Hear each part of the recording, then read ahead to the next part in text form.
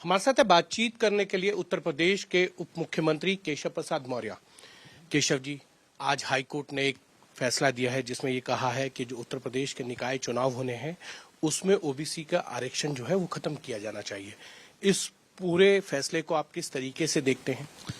देखिए, हमारे जो सरकार के अधिवक्तागण हैं वह माननीय न्यायालय के द्वारा दिए गए आदेश की प्रति के साथ सरकार के वरिष्ठ अधिकारियों की उपस्थिति में बैठक करने के बाद पूरे आदेश का विस्तृत अध्ययन करके इस पर निर्णय लिया जाएगा। लेकिन एक बात मैं स्पष्ट करूंगा कि अन्य पिछड़ा वर्ग का जो आरक्षण है वो हम दे करके चुनाव समय से कराना चाहते थे, लेकिन समाजवादी पार्टी उसमें बाधा डालना चाहती थी।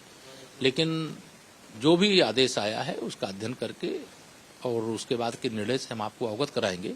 लेकिन अन्य पिछड़े वर्ग को जो आरक्षण दिया जाना है वह आरक्षण दिए बगैर उत्तर प्रदेश में नगरीय निकाय के चुनाव कराने का कोई विचार नहीं। सर, लेकिन आपकी ही सहयोगी दल है, अपना दल, वो ये कह रही है कि अगर जरूरत पड़ी तो हम सुप्रीम कोर्ट का भी दरवाजा खटखटाएंगे ओबीसी आरक्षण को लेकर निकाय चुनाव। जो माननीय न्यायालय का आदेश प्रथम दृष्टया मैंने पूरा अध्ययन नहीं किया है, लेकिन जो मैंने देखा है उसमें सरकार के लिए ये ऑप्शन है जिसके कारण से चुनाव कराने पर रोक लगाई गई है। अन्य पिछड़े वर्ग के आरक्षण को रोक करके उसे निरस्त करके चुनाव कराने की बात कही गई है। उसी में ये भी कहा गया है कि सरकार अन्य पिछड़े वर्ग के आरक्षण की जो प्रक्रिया है उसको पूरी करने के बाद भी चुनाव करा सकती है। तो तीनों विकल्प जो मुझे प्रथम दृष्टया ध्यान में आए, फिर भी हम विधि विशेषज्ञों से सलाह करके परामर्श करके और इस पे जो भी निर्णय होगा वह निर्णय होने के बाद आपको अवगत कराएंगे।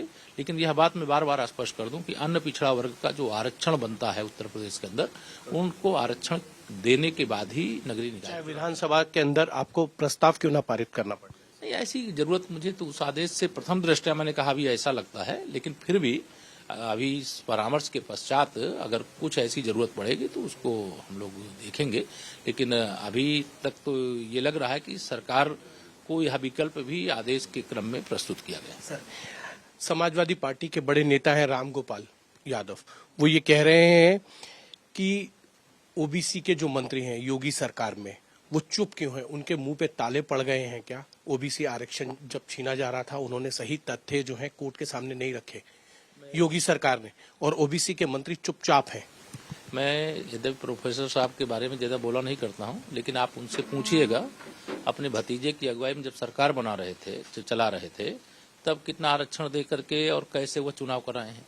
जब उनकी सरकार थी तो भर्तियों में भ्रष्टाचार करके एक वर्ग विशेष, एक जाति विशेष को किस प्रकार से समर्थन कर रहे थे। वो तो पिछड़ा विरोधी लोग हैं, उनको ये नैतिक अधिकार ही नहीं इस पर बोले।